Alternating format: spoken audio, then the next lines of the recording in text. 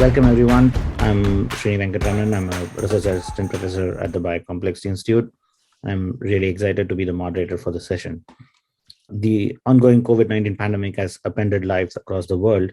It has also invigorated the global scientific community to join forces and make significant strides in fundamental research, technology development, and real-time decision support. As we embark on this third year of this pandemic, it is a useful time to reflect upon the road traveled so far and what it means for the future of pandemic science and preparedness. To discuss this topic with us, we have three eminent experts in scientific, operational, and technological aspects, Dr. Eili Klein, Justin Crowe, and Dr. Li Zhang. Welcome everyone to the panel. Just before we get started, I'll give a brief idea of the panel format. We'll begin with initial remarks from each of the panelists. Following that, we'll have a specific set of questions on the pandemic response so far. The second part will focus on the path forward and what's next for epidemiology. We'll also have time for audience questions at the end of each part. So without further ado, I'll invite our first panelist to give their initial remarks. Dr. Eili Klein is an associate professor in the Department of Emergency Medicine at Johns Hopkins University. Upon finishing his Ph.D. in ecology and evolutionary biology from Princeton University, Dr. Klein joined the Johns Hopkins faculty in 2012. He is also a senior fellow at the Center for Disease Dynamics, Economics, and Policy in Washington, D.C. His research focuses on the role of individuals in the spread of infectious diseases, an area that sits at the nexus of economics and epidemiology. The primary disease focus of Dr. Klein's research is antimicrobial resistance and the spread of disease within the hospital. He is actively involved in research efforts supported by the Centers for Disease Control and Prevention, as well as Agency for Healthcare Research and Quality. Welcome, Dr. Klein. On to you for your initial remarks. Thank you so much, everyone, for being here, and very exciting to be at this event. Well, sort of be at this event. Sorry, I can't actually be there in person, but I think it's very timely, at least somewhat, as we move into this post-pandemic phase to sort of begin the process of looking back. And I think this is an exciting time period to start evaluating how things are doing, especially as it looks like another pandemic is starting, as we all start to gear up to look at monkeypox. But, I think given sort of the historical background, there's a lot of things that we've learned over the last couple of years.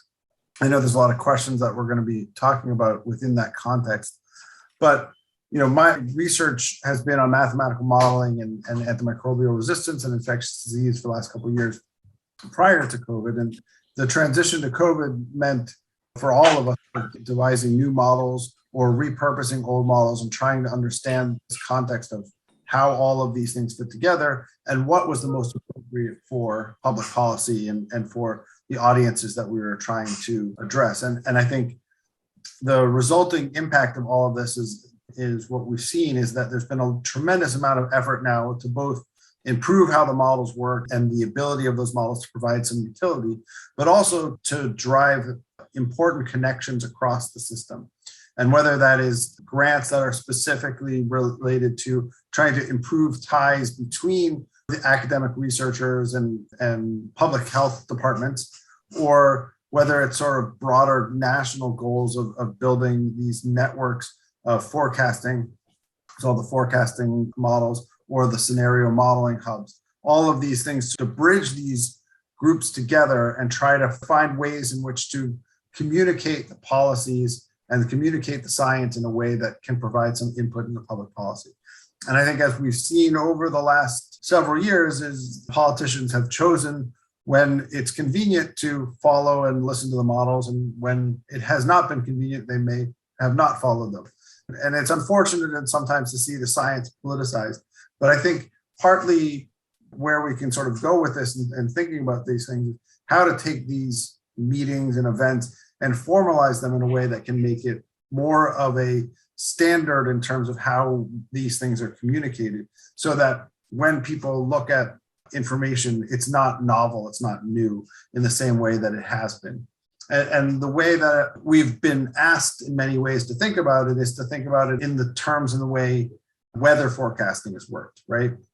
And I think there's a lot of misleading aspects to that parallel, and most importantly being that when you make a weather forecast, that doesn't change the weather forecast. Whereas if you make a disease prediction, that could actually change how that prediction plays out. Obviously, that's a major issue in terms of thinking about it. But when we think about the history of weather forecasting over the last 50 or 70 years, it has been a tremendously large investment over the span of 70 years to the point where we are now. The first stuff involved radar balloons, and now we have satellites, right? And the launch of a satellite costs something like $60 million for each satellite. And there's several weather satellites, and they launch a new one every couple of years. And they're touting the fact that we put 25 million into potentially forecasting in 1 year. So, I think that there's a lot of infrastructure that still needs to be built. And there's a lot of sort of basic work that goes into building weather forecasts that we don't sort of have that built in infrastructure. Not that I think we should get to the same level, and there are different policy outcomes than weather forecasting. I think in terms of how people have thought about it, that's what they've thought about. And so from that end, I think we need a lot more money to sort of formalize a lot of these things. On the other end, I think we also need to start reframing how modeling can be useful in informing public policy. And I think that's sort of the broader context in which I'll try to stay within my time frame. That's really helpful, and it sets the context for the discussion, because we're right at this nexus point where we can look backwards, but we still have some memory that we can carry forward so that we don't reinvent the wheel every time. So without delaying further, I'll go ahead to the next panelist for their initial remarks. Justin Crowe, I got to know him remotely 2 years back, and only last week we met in person for the first time. So Justin Crowe is the Director of Division of Social Epidemiology, Office of Health Equity at the Virginia Department of Health, where his role is to provide strategic and operational leadership of research, analysis, and presentation to ensure methodological and data quality, and to collaborate with stakeholders to identify needs. Recently, he started in his new role as Foresight and Analytics Coordinator at the Virginia Department of Health, Office of Emergency Preparedness. His task there involves better connection of forecasting, early warning systems, and modeling to policy decisions, program design, and preparedness planning. He has a master's in public administration from the Virginia Commonwealth University and a BLS in political science from University of Mary, Washington. He's also a certified super forecaster with the Good Judgment Project, where he provides probabilistic forecasts of political and economic events for a diverse group of clients. Welcome, Justin, and on to you. Great. Thank you, Srini. And yeah, it's been great working with you and your team at the Biocomplexity Institute for the past 2 years. It's been a trying time, but I've learned a lot working with you all. Yeah, as Srini mentioned, my background here, I'm not an academic. I don't have really much training in epidemiology or statistical methods or modeling here. My background is in public administration. I did study policy analysis, but I got my start really in regulatory analysis, looking at regulation of health professionals. And I ended up in health and social epidemiology, really due to my background and understanding of social, demographic, and economic data sets, and also the health workforce realm. So I do have, during my studies, I did take some modeling, some data, some analysis, and really geographic information systems classes. But while I was working as a regulatory analyst, as Srini mentioned, I did get involved with the Good Judgment Project, which is an aggregate human forecasting tournament. They forecast geopolitical events, and our role was just to go in and kind of analyze those events. Think about it pretty thoroughly and try to understand what was going on with those events and give a probability that an event would occur or not occur, or different outcomes that they would look at. So again, not really formal training. That was a hobby, but I did get some training and some experiences thinking about the future and how forecasting would work. And that was enough of a background, as Srini mentioned, for me to, when the pandemic hit, to be assigned to coordinate the forecasting and modeling work that really UVA was doing. And they hit the ground running. I don't know if you all remember, I'm sure you do, at the beginning of the pandemic, when it was first affecting Wuhan, China. They were throwing up huge hospitals in 10 days to treat so many patients. Of course, Italy's health system was getting overwhelmed. They were doing emergency triage at the time. right when cases were beginning to explode at New York, and we were sending the USS Comfort up there and starting to throw up our own field hospitals around the country. Here in Virginia, though, we started to throw up put up those field hospitals, but we were able to pause that largely because the UVA Biocomplexity Institute and their models were showing that the measures being taken, the public health emergency measures were being effective, and they were flattening the curve here in Virginia. So we were able to pause those field hospitals, save really in the end FEMA a great deal of money. But for us, as staff at VDH, saved staff time and resources at a very, very trying and stressful time. So that work was essential to get us really started with what's been overall a pretty successful response to the pandemic. Virginia is number 10 in age-adjusted deaths for COVID throughout the pandemic. And prior to the pandemic, we ranked 17th in that rank. So for response to COVID, I think that says a lot. One of the things I like about forecasting and working with the modeling team here is that you do really need to know everything that you can about any situation or project the future. So whether you're doing quantitative modeling, you have a novel coronavirus, you need to know as much as you can about that virus and what's going on and how people are reacting to try to understand what's going on in the future and develop the different scenarios for your model. The same is true for aggregate human forecast. If you're putting a probability on, say, whether a mask mandate will be put in place or lifted, you need to know everything you can about the number of cases, the policies, and the political. So you're bringing in a lot of different data and information systems. So with the UVA team, of course, they had a voracious appetite for data, and we're very eager to supply at the beginning, but we really immediately saw issues right at the beginning of the pandemic. The public health emergency helped us. It helped us kind of bend some of our rules, but we had difficulty getting really data sharing agreements in place. We had difficulties with data integration, interoperability of the data, bringing it all together and getting really the UVA team and users up to speed on what data was available, what the limitations were, and how it was collected so that they could really understand how to use it. So I'm excited to, at this point, look back at lessons learned. We talked about the need to do a post-mortem for the modeling specifically, really understanding how to get those systems in place and keep them in place for the next pandemic should it come. Hopefully it's not monkeypox, but we're still keeping a very close eye on that. And to really understand how we can link modeling, forecasting these data streams to decisions. As I said, it's not always as well linked as we'd like. Sometimes we put those forecasts and projections out there and people aren't quite sure what to do with them, particularly when they're scenarios and using it for policy analysis. So one of the things I hope to do in my new position, and I'm glad that Virginia has made a commitment to that role and that work, is to data streams and these projections to policy decisions.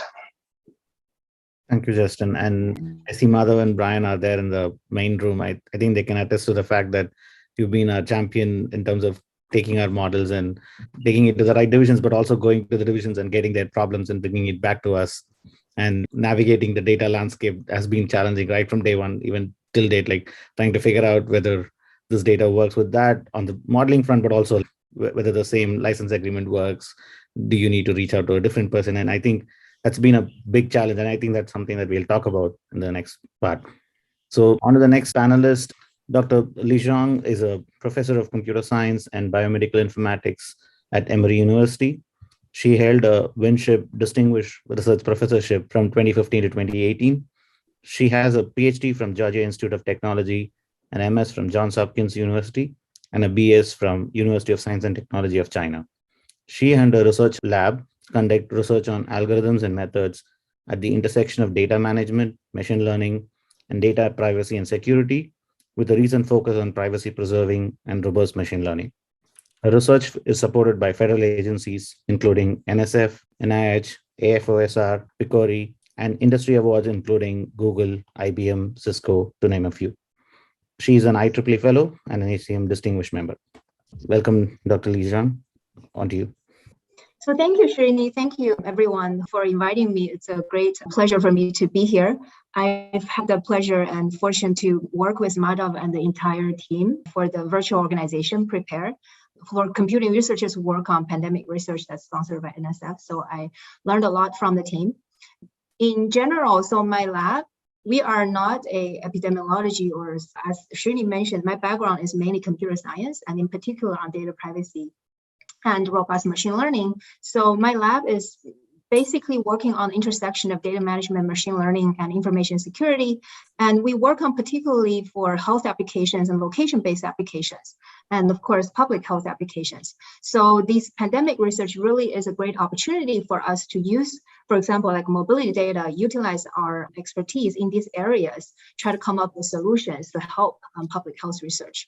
So we have had the opportunity to work on 2 projects related to pandemic research. The first one is a project funded by the NSF RAPID program, where we try to develop a real-time contact tracing and risk monitoring system via privacy-enhanced mobile tracking. So this project ended recently. And the goal, as we can see here now, this is really a very familiar concept. We wanted to have users submit their locations so that we can use the locations to figure out, to do contact tracing, to try to, based on where the users visit and who the users have contact with, then we can figure out the risk of each individual users. And one of the main component of our project is to enhance the privacy, because the raw locations can be privacy sensitive. And in order to enhance privacy, our main research is to see how users can actually control and refine the precision of their location in order to share the location to the server, so that the server can use the location to do the contact tracing and risk monitoring. And we are using a statistical privacy notion, some of you might be familiar with. It's called geo-indistinguishability, which is really a generalized variant of the differential privacy, which is more commonly known. This is a generalization of the differential privacy notion in the geospatial domain. And essentially, you can think of it as just a perturbation mechanism. If the user have a true location, we can actually perturb the location on the device using some privacy parameter. And you can see on the left-hand side, these are based on different privacy parameters. If you have the true location, the blue dot, then you can actually draw a random sample from the distribution. Like one of the red dots would be the perturbed location of that user. So the higher the privacy protection, you can see the more spread out the randomized distribution. So the more likely the perturbed location may be further away from the true location, right? So the challenge would be, given these perturbed locations that are submitted to the server, how can we still figure out with some good precision or accuracy that the two users is still in contact? Right? Because the most important thing for contact tracing is to see whether two users are in contact or not. So we did some modeling, basically did some statistical algorithm development and so on. And we basically showed it's still feasible, it's possible to do this kind of contact tracing with this privacy protection. It's basically a trade-off between privacy protection and the contact tracing utility. And in terms of techniques, we have some techniques that demonstrates the effectiveness and so on. But I would have to say this project is, in terms of the practical deployment point of view, it's really considered a failure, because we promised to actually deploy some app, right, for the users to use. But it just turned out the administrative overhead in terms of getting the security review for the mobile apps and getting the IRB review and all of those takes so much longer than we expected. So by the time we are ready to roll out, essentially the timing has just passed. It just doesn't make sense to do contact tracing anymore. So this project just ended. We have some good techniques, some good papers coming out of it, but really not really a good deployment or any practical impact. And then right now we are starting a new project on hyperlocal risk monitoring and pandemic preparedness through privacy enhanced mobility and social interactions analysis. So this one, instead of doing the individual risk monitoring, we're really interested in doing community or location-based risk monitoring. Basically figure out what is the infection risk of a particular hyperlocal region. And one of the interesting things we want to do in this project is a collaboration with Japan. So we want to study different mobility patterns, different socio-economical factors, cultural factors, how they actually impact the disease spread and how they impact risk based on the mobility data. And of course, we want to also understand the social factors that impact the risks. For example, people in rural area versus in more poor areas, how their mobility pattern actually changes and how they actually react to these different risk factors and so on. So these are in collaboration with our social science collaborators.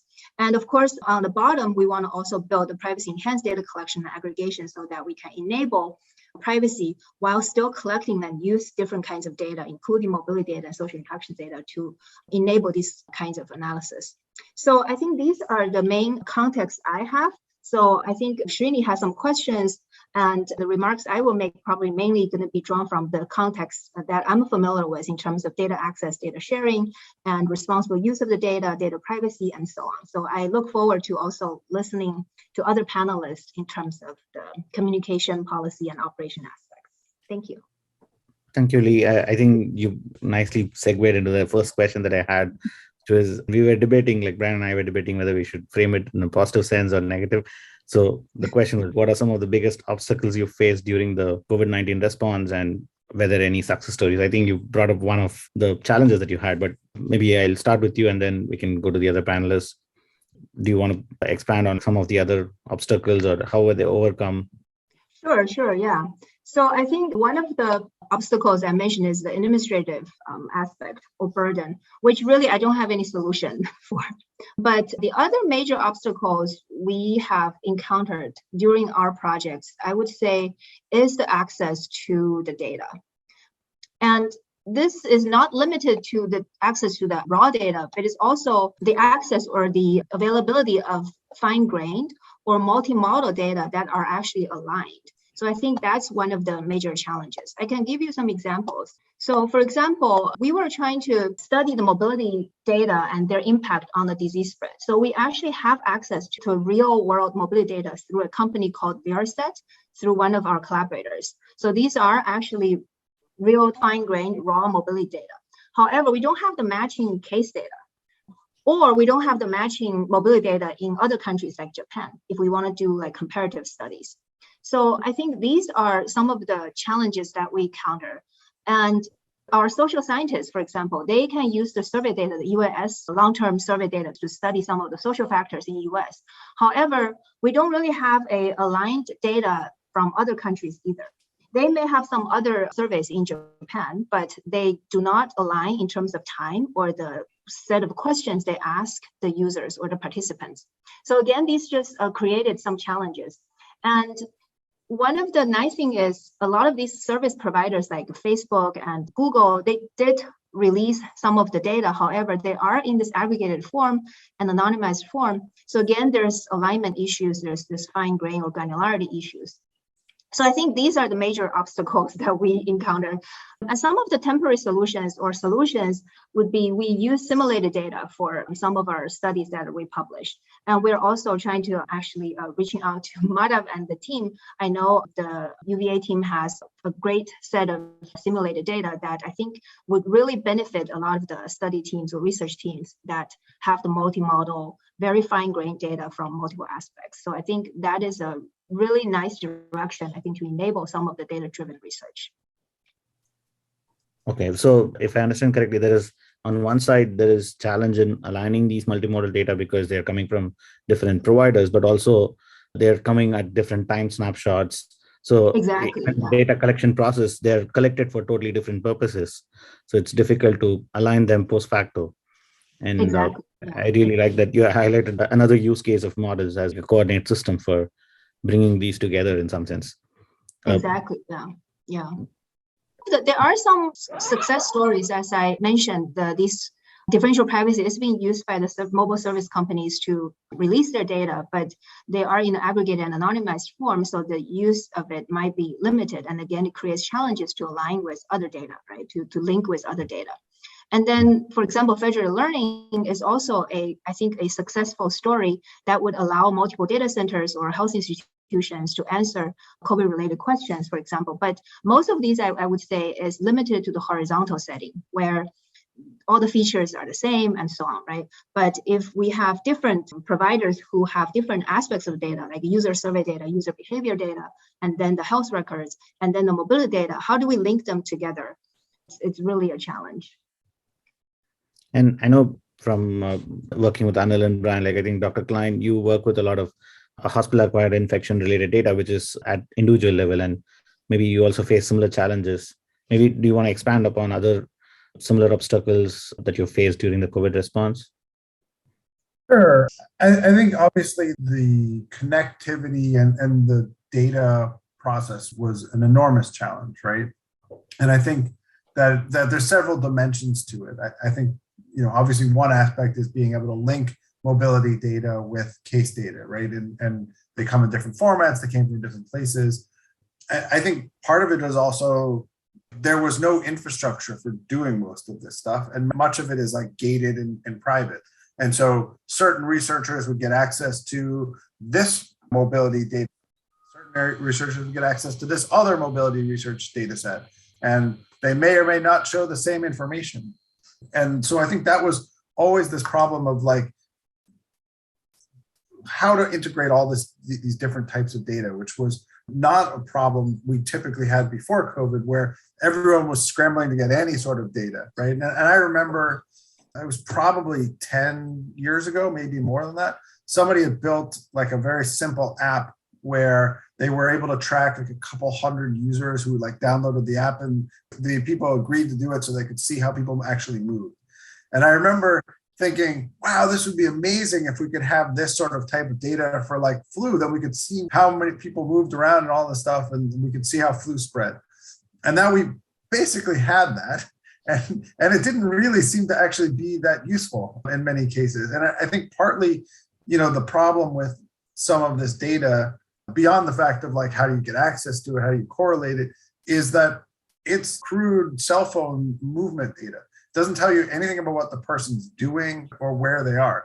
So you can imagine two people being very near each other, but having no contact, or maybe they're in the same place, but they're both wearing masks. None of that's counted, and none of that's brought into the model. So you have to either have data from elsewhere, you have to pull in other things. And I think that's one of those challenges of how do we deal with all of this, suddenly this plethora of data that we had. And to be fair to all these companies, these were private companies. They had a data model, whether you agree with their privacy implications of it or not, that was like the model that they had, and they were building stuff around that. And then suddenly many of them gave it away for free to researchers in the hopes of helping this stuff, right? And now obviously most of it is that free dumps of data have suddenly disappeared again, right? So the ability to sort of think through how to move forward in terms of how to use that data and process that data the best way and build it into pipelines that can be useful in the next pandemic aren't, or even seasonal epidemics just aren't there now, right? And so some people might have some special access and they have special DUAs, but it's not sort of like this widely available thing that is useful for many people, right? So I think that's sort of major obstacle and challenge in terms of that data. It's like not just the transmission and the processing of it, but sort of like how do we build these pipelines to be able to handle this data in the event of a future issue. And then, obviously the other part on top of that is how do you process these enormous amounts of data? So you have processing of these enormous amounts of data and then running these models. And I know the Biocomplexity Institute has like a big, huge setup and built all of these stuff that was already there to be able to run these models. But maybe not everybody had that. So for instance, we would scale things up and down a little bit on AWS, but that was quite expensive. And there was, I'm forgetting the name of the group, the Illinois group, Champaign, they have that giant set of servers out there that they actually I'm pretty sure the government paid for it somehow, but they were letting us use them for free. And then the Army, actually, we worked with them and they actually were running some of our models on their servers. So getting access to sort of these like big computational servers on like a very rapid basis was certainly a challenge in terms of building some of these bigger models and having them able to run and scaling them up quickly, which is, we hadn't had to do in any sort of way. So data as well as computing and also the general infrastructure to take it from data to the computing systems and so on. I think they're pretty much in the span of the size, which is supporting these expeditions. Some sense, like I think a lot of the discussion that we have had in the past workshops and also in some of the discussion groups hint towards these challenges, like how do we codify them? Justin, do you want to add something on this topic before we go to the next question? Yeah, definitely. And I think I definitely have a different angle on it, but kind of the same issue. Working for the state, really a lot of our data systems are really siloed. So our funding for our data systems tends to be grant-based, and grants tend to be very specific in what they try to do. So we might have a grant for providing vaccines. We have a separate grant for surveillance and cases, another one for outbreak investigations. And those grants tend to be very siloed. So the data systems have been built around those specific functions. So they don't always collect data in the same way. The data isn't generally always interoperable, and they're not really linked. And they're also, built for a much smaller scale than we had to do during the pandemic. So we had to ramp up really quickly these data systems that don't really talk to each other very well. And they're built really for a much smaller scale. You're talking maybe hundreds of cases and not tens of thousands at a time. So try to bring a lot of people on board who are also siloed in their training and they're working with systems. So that was a very difficult thing to do. We're also trying to get data from hospitals, healthcare providers, laboratories that are also getting swamped with work and data requirements. So a lot of the data systems that we had in place, the fields weren't getting filled in. All the fields weren't getting filled in at first. It's definitely understandable. We had to, work pretty hard to get our hospitals and health systems. They were very cooperative, essential during the pandemic, but they were getting swamped as well. So trying to worry about collecting the data that they needed was difficult. And a lot of that data is proprietary, and we work through our Virginia Hospital and Healthcare Association. So it's a little like herding cats to get permission to share that data during a busy time period. So getting all those data systems built up, getting collection instruments built up, getting the people who are using those systems to fill out all the fields. In some cases, we eventually just made them required. You couldn't submit, say, your test report without filling in race and ethnicity. But we had to build up to that and have policy changes and really analysis and understanding of what was going on in order to get there. So, and I think one of the other things that we struggled with early on was something we've talked about is data privacy. So our inclination is to really protect that private health information during a public. One of the ways we do that is to not share data with everyone, to keep it separate. So at a time when you really need to ramp up your analysis and work with partners like the UVA Biocomplexity Institute, kind of breaking down that culture and understanding how to do it while protecting PHI, but meeting the needs of this new emergency, I think that was something, a challenge that we faced very early in the pandemic.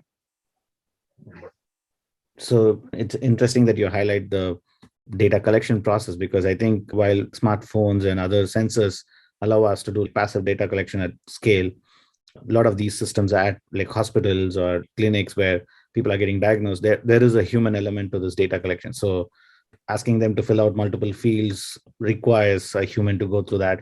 And there's a lot of discussion on whether these systems will stay or how will they evolve after the PHEs expire. So that's a very valuable thing to keep in mind as modelers, and also as people who consume the data. We need to really see whether a particular data collection system is giving us the required benefit and try to downscale it, keeping in mind the human cost and the infrastructure cost in mind. So we have like maybe 5-10 minutes before we jump into the next session. I want to open it up for audience if they have any questions in the main room or others on Zoom. All right. So, Justin, I was thinking about what you said for this question, but everyone could chime in.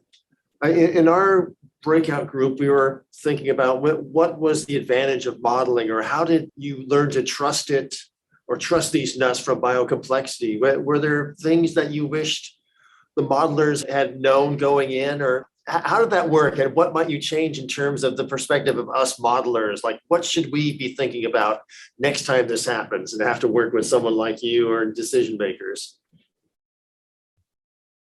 Yeah, well, I think from the onset, they were very clear about what the projections were, that they weren't predictions. And that's immediately what any person who's not familiar with a forecast thinks. It's a prediction. It's a crystal ball. We're trying to tell you exactly what's going to happen, the exact number of cases and when they're going to peak. So I think the UVA team was great at really, stating that these are projections. We can't tell you exactly what the level is going to be, when it's going to peak, and explaining the different scenarios and what they meant. And really what they did was they really gave an actionable thing, So with the field hospital, as I mentioned before, what they ended up saying was, we can give you 6 weeks notice if you need to set up a field hospital. So they weren't overstating what they could do, but they were stating really what the state could do with the information that UVA was able to provide. if that makes sense. So they're really providing something actionable and something that the governor could hang his hat on, or the governor or his team or COVID leadership team could hang their hat on as supporting that decision and allowing the team to take a definite action. So I think those two things combined, not overstating and then giving something concrete to do and what that information can let you do, is very helpful. All right, thanks. I think one of the other things that we had as an issue around that same idea is sort of the question of scale versus risk, right? And so, Justin, you're talking about how far in the future you could maybe look to say, well, maybe this is when we might need something. And that's sort of at the state level. Like I spent some of my time, or a significant chunk, working with the specific hospital. And the questions there were much more localized. So there wasn't as much at the state level, but at the like more local Baltimore level.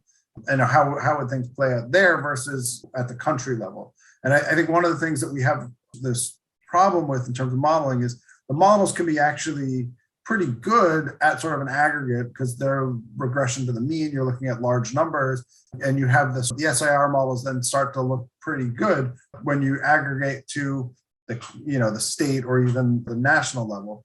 But when you start looking at these local levels, you get all these little peaks and curves and a lot of randomness. And how do you use that at a local level to assess risk for a hospital or assess risk for a county and I think one of the other big challenges is that a lot of these case numbers that were reported and all of that stuff, again, were aggregated to some extent. And those aggregations may or may not have any relationship to the epidemiology, right? So, where some zip codes or counties might cross over between two different populations that don't have a lot of contact. And so those problems as well, which I think dealing with communicating those issues was a constant challenge. And then I think you guys got lucky because Justin seems to understand what a scenario is versus a forecast versus, a prediction. Whereas we got yelled at by the governor's office because even though a model which showed when the peak would be, the peak was too high. So they were upset. How should we ever trust you again? But again, that was, 6-8 weeks out, the model's going up, it's sort of like dealing with people that don't understand that difference between sort of a prediction versus a scenario versus a forecast. Those sorts of things can be quite complicated. And if you don't have those connections built up beforehand, or you don't have somebody who you can work with directly who can understand that makes it quite difficult to be in this space and be useful in this space. I think, Eddie, to your point, one can make models, but I think you need to get a recipient on the other side who cares about it too. And I think Eddie said it, we were one of the lucky states that our state leadership and analysts, Justin and others, were willing to take this into consideration. Many other states were not as lucky. I think at the Eili's case, he probably could present it. In other states, they are downright barred from even producing models. Right? So I think it was a happy confluence of, we could do the modeling, but we had an audience that was willing to listen, and even with the caveat stated, they were willing to take it in the right spirit. They did not force us to keep saying, forecast what's going to happen, otherwise your model is no good.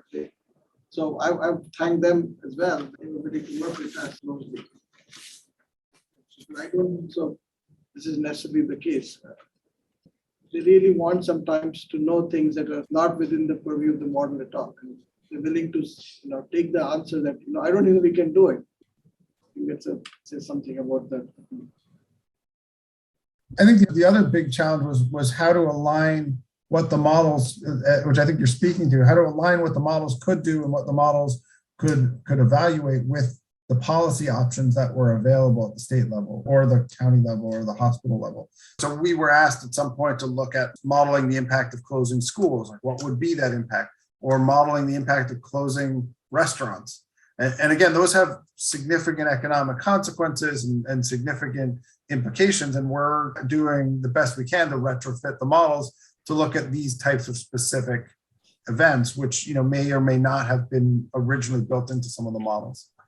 And so those types of activities can be, I think, fruitful, but also difficult. And I think we're sort of looking forward. I think some of those things need to be thought through and better able to be communicated so that when if there is something that does come along, you're able to say, well, here are the potential policy options. We've thought through what we could possibly do. Here's what the potential implications of those are from an epidemiological perspective. And then, you can layer on other aspects like economics and other things on top of that. Thanks to Dave Higdon for launching this question, because I think it's covered a lot of the topics that we wanted to hit on in terms of learning lessons from the past, because challenges in communication in general, like communicating across different audiences is difficult. And especially at times of high uncertainty like this, and with data limitations, and also we are talking very different languages. And to do this with carrying the trust forward, like models can say one thing based on the data, 3 months later, the data changes. And so the models need to adapt. So such communication needs to be in sync with what the data is, rather than just sticking to your guns, what you said 1 year back. If new data comes in, and variants have been a very good example of that, fully vaccinated status, and then boosters were becoming necessary when Omicron came in. How do you convince the entire set of population who has gotten fully vaccinated and thought it was over to go out there and get another dose? So I think you've highlighted a lot of these. So maybe in the remaining time, we can go to the forward-looking parts. So one of the questions we had was, based on all the lessons you have learned and obstacles you have faced, how should teams, partnerships, and consortiums, and you can call it anything, but how should they be set up to better handle future pandemic response? And you can take it from any, like within academics, or like academic industry, or academic industry and government response, or even citizen science. So you can think of it in any ways. But Lee, do you want to get started, and then others can chime in? I actually don't have a good answer to these. I think it's like a very lofty goal. I would love to hear what other panelists are thinking. I'm very excited that the Virginia Department of Health has set up this foresight and analytics unit within the Office of Emergency Preparedness. And the goal, I think, with that is to maintain these types of consortiums, these types of relationships that we built up during the pandemic, particularly with the UVA team and with the Metaculus, Metaculus forecasting platform, and really to tie them to policy decisions like we discussed. One of the things that I think we need is to have structures in place, data governance structures. A lot of it is, some of the technical challenges, we can get enough scientists and engineers on it, they can solve a problem. A lot of it's governance issue. A lot of it is coordination problems, as I call them, getting everyone on the same page and agreeing to do certain things. So having a process in place for data sharing, whether it's continuous or just something that you can ramp up quickly based on certain thresholds or certain needs, I think is essential. So having those tools in place, having people who are familiar with the data sets to begin with. So I think having a team able to work with the data from the get-go is very important. And having a pipeline of students, I'm a very big fan of having applied research units, like your team, Srini, like the Biocomplexity Institute, and having students have an applied portion of their, whether it's an internship or just a practicum, working with a public health agency or in the field somehow, and getting an understanding of how things work in a practical and an applied setting, where I think it's very different than in an academic setting when you tend to have, at that point, cleaner data sets and cleaner questions and cleaner assignments. So having all those systems in place, I think, is very important, and hopefully we can build that going forward. I think that the efforts have to be at different levels. And I think there's something that is going on, right? So like the CDC and HHS are pushing this forecasting center and that, whatever they're calling it. But that is like an actual funded thing where there's going to be constant funding for that, which I think is going to be good at an overall level. It's going to push a lot of efforts in that direction in terms of building some of this capacity, having it built up. But I think Center for Forecasting Analytics, thank you, Cecile. But again, like that's going to be this question of scale and utility, right? Those numbers, if you're telling Virginia that the peak of the epidemic is going to be in January, but it actually is going to peak in Virginia in December, that's important information that might not come through well. And so I think that it's important for this national stuff, but I think some of it has to be more at the local level and building these local partnerships so that as you said, the data is messy, but also the process of science is messy, right? And so the process of building these models is messy. And I think part of the thing that needs to be thought about is that whatever the next pandemic is, it's not going to be exactly like this one. And so thinking through what could be the additional challenges that might be needed and what additional data streams might be needed at some point is something that I think is what we need to be able to work towards. And then I think the real world, I spent a lot of my time looking at EHR data. And if you want to talk about messy, that's messy, right? And it's very gated and very localized. And even in like Maryland, where we've got this highly connected system, you can get sort of some access at a clinical level to stuff across the region. It's really hard to get that data at a clinical level or communicated across the multiple places. And I'm not trying to say we should knock all those barriers down, because they're certainly important, but it's a question of how to deal with those privacy issues and HIPAA issues in a very similar way that we have to deal with the mobile phone stuff, right? It's like, how do you use this data, which can be highly useful in this context, but have significant privacy concerns in other arenas? And how do you put those streams together and start using that in a way that can be actionable, in a way that can influence policy and policy can influence it back? And I think that has to start at the national level like it is, but I think you have to build these things at the local level as well, so that there's local buy-in. And, I think one of the things we saw was that each state had a different team that they were working with, and those teams didn't always have high levels of communication. So I've spoken with Brian several times about different parts of it, but we didn't look at details of our models and compare that and drive how the differences might affect things. And I don't think that's because we didn't want to or wouldn't have liked to. It was time. There just wasn't time to do all of that stuff and provide those things. And so having some of that stuff built up in terms of communication across teams, as well as communication at the local level, would be of high utility. The hard part is how to marshal that, I think, now and in the next couple of years, as the emergency ends and people's aren't working 60, 80, 90 hours a week, and they aren't focused on this as the only problem, and some new emergency shows up. How do we continue to build that capacity and keep those lines open while dealing with whatever the newest thing is? Yeah, I think you bring up a very important point of data stewards in some sense. Different entities, data resides in different locations. I think, again, like Madhav and others can attest to this fact, for when we were trying to do campus level modeling, there are different aspects of the campus that we would like to capture. And there are units that are housing this data, but they are, say, inside the library or some other unit like that. That's not very evident when we start looking for it. And I think, Lee, maybe you have some insights on the industry front, since you've worked with a lot of partners, and they have I don't know, in some sense, they are used to monetizing the data or collecting data on a more passive scale. So maybe you have some thoughts on how such practices can be brought in terms of data stewards and being able to interlink them as and when needed.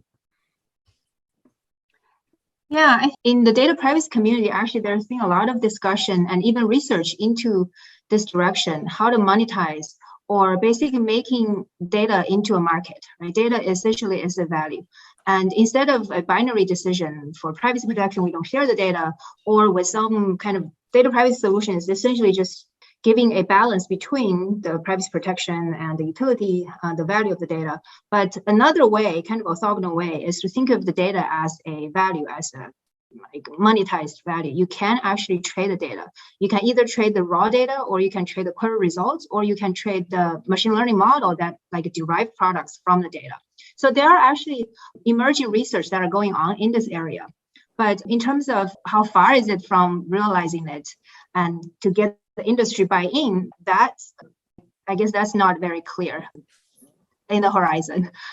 I mean, the companies probably sell data under the table, under the market, but there's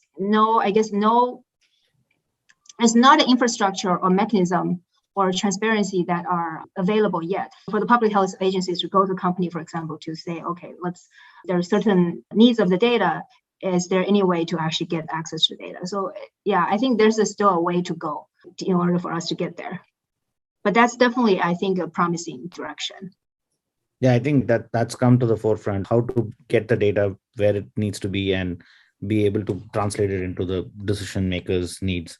So anything that we can build in terms of either infrastructure, but also partnerships. I think there's a human infrastructure to be built out. There's a compute side of it. So anything that we can do in that direction would be very helpful. I'd like to thank again all the panelists for their valuable insights and all the work that they've done over the past 2 years and continue to do, even as new variants keep showing up and with monkeypox in the news. So I'd like to thank all the panelists and all the audience for sticking around this long day and all your questions.